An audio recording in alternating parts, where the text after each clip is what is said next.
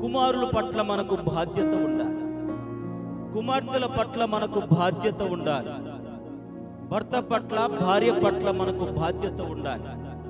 నీవు మాత్రమే నమ్ముకున్నావు, కానీ నీ కుటుంబం ఇంకా మారు మనస్సు పొందలేదు. నీవు మాత్రమే నమ్ముకున్నావు, నీ కుటుంబము ఇంకా దేవుని సన్నిధికి రాలేదు. కనుక నీకు బాధ్యత ఉన్నది, భారము ఉన్నది. ఏ భారం అంటే రక్షణను వారు పొందేవారిగా ఉండాలి. కనుక మనము వారికి సువార్తను ప్రకటించేవారిగా ఉండాలి. కుటుంబ రక్షణ బాధ్యత అనేది ప్రతి ఒక్కరు తీసుకోవాలి ప్రియుల. ఇది నాది కాదు అనడానికి వీలు లేదు. సేవకులు మాత్రమే చేసేది కాదు. మనము కూడా మన కుటుంబము కొరకు మనము ప్రార్థన చేయాలి. బిడ్డల కొరకు మనము ప్రార్థన చేసేవారిగా ఉండాలి. కుమారుల కొరకు మనము ప్రార్థించేవారిగా ఉండాలి. వారి మారు మనస్సు నిమిత్తమై, వారి యొక్క హృదయమును మార్చుకునే విషయమై, రక్షణ భాగ్యము పొందే విషయమై మనము ఏం చేయాలంట? బాధ్యతను వహించాలి, బాధ్యతగా ఉండాలి. నా కుటుంబము నమ్ముకోలేదు, నా బిడ్డలు నమ్ముకోలేదు, వారిని దేవుని వైపు మళ్లించాలి. దేవుని యొక్క సన్నిధిలోనికి తీసుకుని వచ్చేవారు ఉండాలి అని మనము వారి కొరకు బాధ్యతను వహించాలి. ప్రార్థనను మనము చేసేవారిగా, వారి కొరకు మనము ప్రయాసపడేవారిగా ఉండాలని దేవుడి యొక్క వాక్యము తెలియపరుస్తుంది. మరొక విషయాన్ని కూడా మనం జ్ఞాపకం చేసుకున్నప్పుడు ప్రియులరా, అపోస్తల కార్యము 10వ అధ్యాయం 2వ వచనం ఒకసారి చూడండి.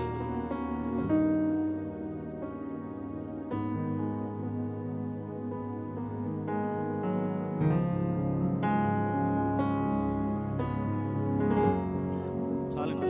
ఇక్కడ ఎవరు కనపడుతూ ఉన్నారు అంటే కొర్నేలి కనపడుతూ ఉన్నారు. కొర్నేలి తన ఇంటి వారందరూ రక్షణలోనికి నడిపించబడ్డాడు. కుటుంబం అందరూ కూడా ఎక్కడున్నారంట? ఆదివారం అయితే దేవుని సన్నిధిలో ఉన్నారు, బుధవారం అయితే దేవుని సన్నిధిలో ఉంటున్నారు, శుక్రవారం అయితే దేవుని సన్నిధిలో ఉంటున్నారు. కృతజ్ఞత ప్రార్థనలు ఎక్కడ కనపడుతూ ఉంటే అక్కడ ఉంటూ ఉన్నారు. అన్ని చోట్ల, అన్ని ప్రదేశాలలో ఎలా పాల్గొంటున్నారంట? కుటుంబముతో పాల్గొంటూ ఉన్నారు, కుటుంబముతో ఆరాధన చేస్తూ ఉన్నారు. ఆదివారము అనున్నది అది కేవలము దేవునిని ఆరాధన చేయడానికి మనము ఉపయోగించాలి. మన వేరే పనుల నిమిత్తమై మనము ఆదివారము ఉపయోగించకూడదు. అత్యవసరమైనటువంటి పరిస్థితులలో తప్ప, ప్రార్థన అయిపోయిన తర్వాత మనము చూసుకోవాలి తప్ప, ప్రార్థనను మానుకొని మనము చేసేటువంటి పని అది ఏదైనా మనకు మంచిది కాదు. ఒక పెట్రోల్ బంక్లో నేను చూశాను. ఏమని అంటే ఆదివారము సెలవు అని రాయబడి ఉన్నది. పెట్రోల్ బంక్ ఆదివారం ఏంటంట? సెలవు. ఆ రోజు మేము పోయాం. ఆ రోజు పెట్రోల్ బంక్ ఏంటంట? సెలవు. కాలేజెస్కి, స్కూల్స్కి, పని చేసేటువంటి వారికి, వర్కర్స్ అందరికీ అన్ని చోట్ల ఏముంటుందండి? సెలవు ఉంటుంది. ఆ సెలవు దేనికి? సెలవు దేనికంటే దేవుని సన్నిధికి రావడానికి, దేవునిని ఆరాధన చేయడానికి దేవుడు ఏర్పరిచినటువంటి పరిశుద్ధమైన ఆదివారం. మంచిది ప్రియులారా, ఇక్కడ మనము జ్ఞాపకం చేసుకున్నప్పుడు మేము రక్షణ పొందుటకు ఏమి చేయాలి అని ప్రశ్న అడుగుతూ ఉన్నాం. ఇక్కడ ఆ ప్రశ్నకు సమాధానం ఏమిటి అంటే, ఎవరైతే మారు మనస్సును పొందుతారో వారు రక్షణలోనికి వారు వస్తారు. ఈ రక్షణ అనేటువంటి విషయం గురించి కుటుంబ వ్యవస్థలో, కుటుంబ రక్షణ విధానములో ప్రతి ఒక్కరూ కూడా బాధ్యతగా వహించాలని దేవుని యొక్క వాక్యము మనకు తెలియపరుస్తుంది. లూకా సువార్త 19వ అధ్యాయం 9వ వచనంలో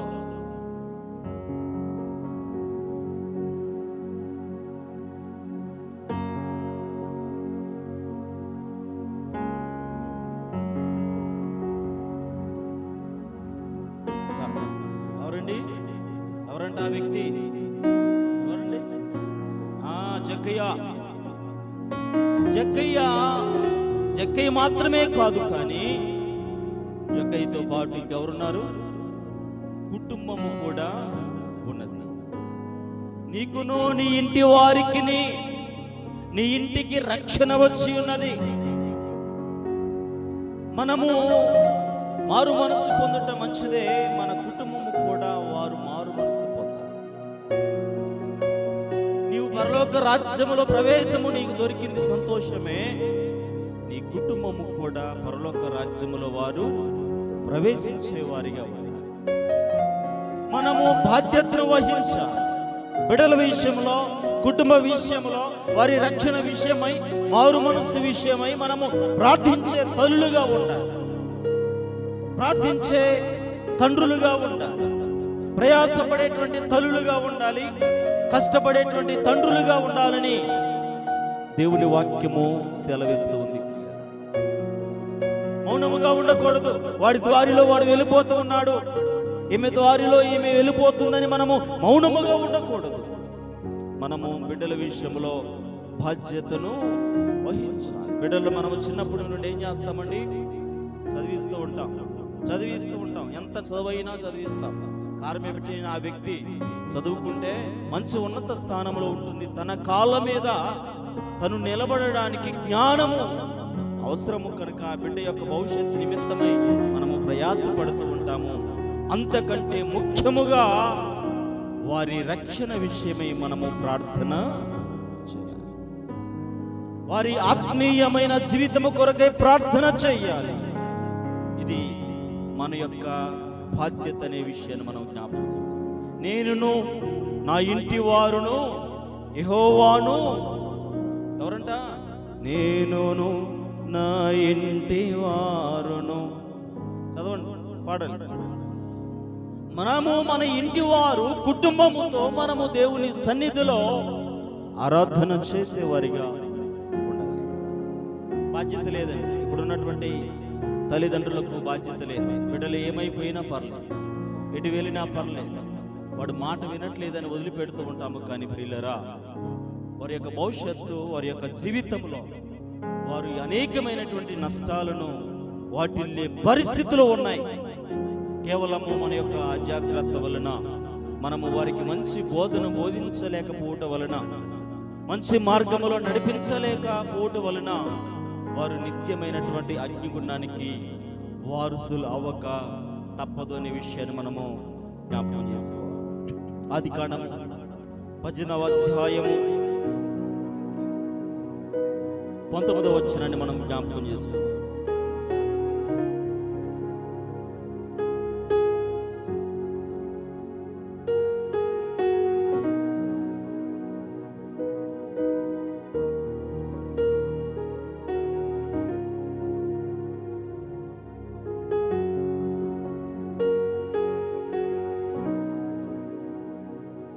ప్రభునందు ప్రియమైన దేవుని బిడ్డలారా, అబ్రహాము విశ్వాసమును బట్టి తన తరువాత తరాలు కూడా రక్షణలోనికి నడిపించబడ్డారు.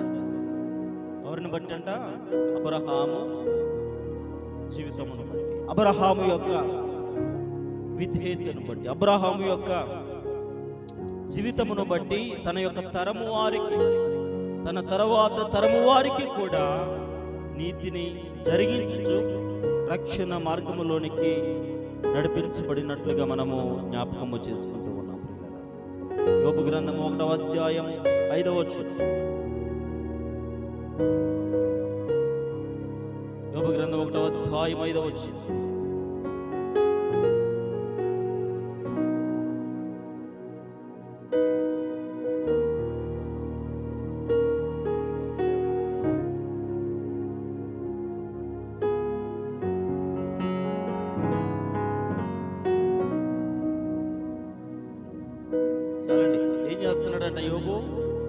యోబు ఏం చేస్తున్నాడు? అర్థమైందండి. ఏం చేస్తున్నాడు? మరొకసారి చదవండి అమ్మా.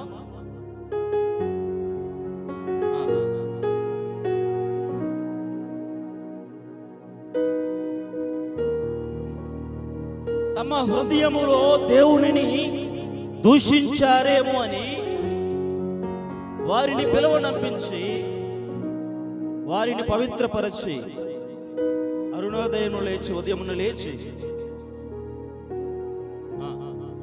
వారిని ఒక్కొక్క విధి విషయమై దహన బలిని అర్పించాడు. దేవుని విషయంలో ఏదైనా పాపము చేశారేమో, దేవుని విషయంలో ఏదైనా దోషము చేశారేమో అని దేవుని యొక్క కోపము వారి మీదకి రాకుండా దహన బలిని అర్పిస్తూ ఉన్నాడు. ఎవరండి? బిడ్డల విషయంలో మనము ఒక ప్రణాళిక కలిగి ఉంటూ ఉన్నాము. శరీర సంబంధమైనటువంటి విషయాల మీద కానీ ఆత్మ సంబంధమైన విషయాల మీద మనము వారిని ప్రోత్సహించే వారిగా ఉండాలి. వారిని అనునిత్యము మనము దేవుని సన్నిధిలో నిలబెట్టే వారిగా ఉండాలి. బిడ్డల విషయమై ప్రార్థించే వారిగా ఉండాలి. ఉదయములు లేచి మన బిడ్డల కొరకై, మన కుటుంబము కొరకై మనము ఏం చేయాలండి? ప్రార్థన చేయాలి. ఒక సహోదరి, ఒక తల్లి చేస్తూ ఉంది ప్రార్థన. 10 మంది కుటుంబము ప్రతి ఒక్కరి దగ్గరికి వెళ్ళి కాళ్ళ దగ్గర కూర్చొని ప్రార్థన చేస్తుంది. ఏమని? అయ్యా నా కుమారుడు నీ వైపు తిరగబడ్డాడు. అయ్యా నా కుమారుడు మీ యందు విశ్వాసం ఉంచాలి. అయ్యా నా కుమారుడు నీ యందు నమ్మిక ఉంచి రక్షణ పొందేటట్లుగా సహాయము దయచేయి ప్రభు అని ఉదయము లేచి ప్రతి కుమారుడి దగ్గర ప్రార్థన చేసి తిరుగుతూ ఉంది. ప్రియులరా, వాస్తవముగా జరిగినటువంటి సంగతి. 10 మంది దేవుని సేవకులయ్యారు. ఎంతమంది అండి? ఎవరి కోసమైతే ప్రార్థన చేసిందో తల్లి, ఎవరి కోసమైతే కష్టపడిందో తల్లి, ఎవరి కోసమైతే కన్నీళ్లు కార్చినటువంటి తల్లి, ఆమె చేసినటువంటి ప్రార్థన వృధా కాలేదు. 10 మంది సేవకులయ్యారు. 10 మంది దేవుని సువార్తను ప్రకటించే బూరగా వారబడుతూ ఉన్నారు. కారణం తల్లి చేసినటువంటి ప్రార్థన. మన బిడ్డల విషయంలో మనము ప్రణాళిక కలిగి ఉండాలి. నీ భర్త విషయంలో ఒక ప్రణాళిక కలిగి ఉండాలి. వారిని దేవుని వైపు మలిచే ఒక సారథిగా నీవు ఉండాలి. నువ్వు చేసిన ప్రతి దానికి దేవుడు పరలోకములో ప్రతిఫలమును ఇచ్చేవాడిగా ఉన్నాడు. ఒక ఆత్మను రక్షించడంలో గొప్ప ఆశీర్వాదం ఉన్నది ప్రియులారా. ఒక ఆత్మను దేవుని వైపు త్రిపుటలో గొప్ప ఆశీర్వాదము దాగి ఉన్నది అనే విషయాన్ని మనము జ్ఞాపకం చేసుకోవాలి. బంగారము, డబ్బు, ధనము కంటే ఒక పాపి మారు మనసు పొందుటది గొప్ప విషయం. అందుకని దేవుడు అంటూ ఉన్నాడు, మారు మనసు పొందుట, పాప క్షమాపణ కలిగి దేవునిలోనికి రావడం అనేది ఇది గొప్ప విషయమైనటువంటి విషయాన్ని జ్ఞాపకము చేసుకుంటూ ఉన్నాడు. జ్ఞాపకము చేసుకోవలసినటువంటి అవసరత మనకు ఎంతగానో ఉన్నది. పరిశుద్ధమైన బైబిల్ గ్రంథంలో మత్తయి సువార్త 25వ అధ్యాయము 1వ వచనం మనం జ్ఞాపకం చేసుకున్నప్పుడు ఇక్కడ కొంతమంది వ్యక్తులు కనపడుతూ ఉన్నారు. ఎవరు అంటే బుద్ధి కలిగినటువంటి కన్యకలు, బుద్ధి లేని కన్యకలు. బుద్ధి కలిగినటువంటి వారేమో వారు సిద్ధముగా ఉన్నారు. బుద్ధి లేని కన్యకలు వారేమో ఏం చేస్తున్నారండి? నిద్రపోతూ ఉన్నారు. ఇక్కడ మనం జ్ఞాపకం చేసుకున్నప్పుడు ప్రియులరా, సిద్ధపాటు లేనటువంటి విధానం, సిద్ధపడినటువంటి జీవిత, సిద్ధపడినటువంటి మనుష్యులుగా ఇక్కడ కనపడుతూ ఉన్నారు. సమయము పోయినిచ్చినటువంటి వారు సమయమును పోనివ్వక సద్వినియోగము చేసుకున్నాడని దేవుని యొక్క వాక్యం సెలవిస్తూ ఉంటే, వీరు సమయాన్ని పోనిచ్చారు. అందువలన వారు బుద్ధి కలిగినటువంటి కన్యకలుగా ఉండవలసినటువంటి వారు బుద్ధి లేని కన్యకలుగా మారవలసినటువంటి కారణమైంది. కారణం ఏమిటంటే వారి అజాగ్రత్త వలన, వారి యొక్క అవిధేయత వలన బుద్ధి లేని కన్యకులుగా నిలబడిపోయారు. నేటికి సమాజంలో వారి గురించి మనము మాట్లాడుకుంటూ ఉన్నాము అంటే కారణం వారి యొక్క అవిధేయత అనే విషయాన్ని మనము జ్ఞాపకం చేసుకోవలసిన వారమై ఉన్నాం. మరొక విషయాన్ని కూడా మనము జ్ఞాపకం చేసుకున్నప్పుడు హెబ్రీయులకు రాసినటువంటి పత్రిక 12వ అధ్యాయం 16-17 వచనం.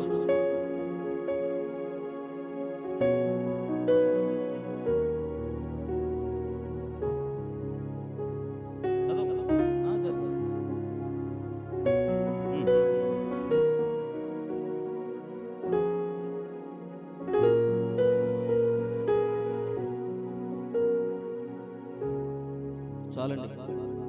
ఒక పూట కూటి కొరకు ఏం చేశాడంట ఏసావు ఏం చేశాడని ఏసావు ఏం చేశాడు? జ్యేష్ఠత్వాన్ని నమ్ముకున్నాడు, ఆశీర్వాదాన్ని నమ్ముకున్నాడు. దీనికోసం ఒక పూట కూటి కొరకు. ఏసావు లాంటి వ్యక్తులు నేటి సమాజంలో కూడా ఉన్నారని దేవుని వాక్యము సెలవిస్తుంది. సాధారణమైనటువంటి అవసరాల నిమిత్తమై తన యొక్క రక్షణను వదిలేసుకుంటూ ఉన్నారు, వారి యొక్క నీతిని వదిలేసుకుంటూ ఉన్నారు, వారి యొక్క నీతి వస్త్రాలను వదిలేసుకుంటూ ఉన్నారు. అయితే అన్నిటికంటే అందరికంటే ప్రాముఖ్యమైనది రక్షణ భాగ్యం అనే విషయాన్ని మనము జ్ఞాపకం చేసుకోవాలి. ఎవరితో పని లేదు, ఎవరితో అవసరం లేదండి. రక్షణ వస్త్రమును నీవు ధరింపజేసుకున్నప్పుడు నీకు ఏమైనా కూడా విత్ ఇన్ సెకండ్లో నువ్వు ఎక్కడుంటామమ్మా? హైదరాబాద్ మనం టికెట్ బుక్ చేసుకుంటే మనకి ఏముంటుంది? ధైర్యం. ఎందుకంటే నేను ఆల్రెడీ పలానా బస్సులో పలానా సీట్లో నేను బుక్ చేసుకున్నాను కాబట్టి ఆ సీట్లో ఎవరు కూర్చోరు. ఎవరైనా కూర్చున్నా కూడా మనం ఏం చేస్తాం? లేపి పక్కన పెట్టేసి మనం కూర్చుంటాం. మరి పరలోకం పోవడానికి రక్షణ వస్త్రము మనకు కావాలి. మనకు ఏదైనా ఎప్పుడు ఏ సమయంలో ఏది జరిగినా కూడా విత్ ఇన్ సెకండ్లో దేవునిని చూస్తాం, దేవునితో ఉంటాం, దేవునితో ఆరాధన చేస్తాం. పరలోక రాజ్యములో ప్రవేశించబోయేటువంటి మనము ఎంత ధన్యులమో ఒకసారి ఆలోచన చేయాలి. మనము ఆరోగ్యవంతులుగా ఉన్నాము, మనము బ్రతికి ఉన్నాము కాబట్టి బిడ్డల విషయమై మనము ప్రార్థన చేస్తూ ఉన్నాము. మనము చనిపోయినటువంటి తర్వాత వారిని మార్చగలిగినటువంటి వాడు ప్రభు అయినటువంటి యేసుక్రీస్తు. మనము బ్రతికి ఉన్నప్పుడు అది జరగకపోవచ్చేమో, కానీ చనిపోయినా కూడా దేవుడు వారిని తప్పక ఏదో ఒక రోజు పట్టుకుంటాడు. వారి దేవుని సన్నిధికి తప్పక వారు వస్తారు. అది తప్పక దేవుడు చేసేటువంటి కార్యం. కాబట్టి మనము చేయవలసినటువంటి పని ఏమనగా కుటుంబ వ్యవస్థ విషయమై మనము బాధ్యతను వహించాలి, ప్రార్థన చేయాలి. దేవుని సన్నిధిలోనికి వారిని పిలిచేవారిగా, వారిని సంరక్షించే వారిగా, తల్లులుగా తండ్రులుగా ఉండాలి అని దేవుని వాక్యము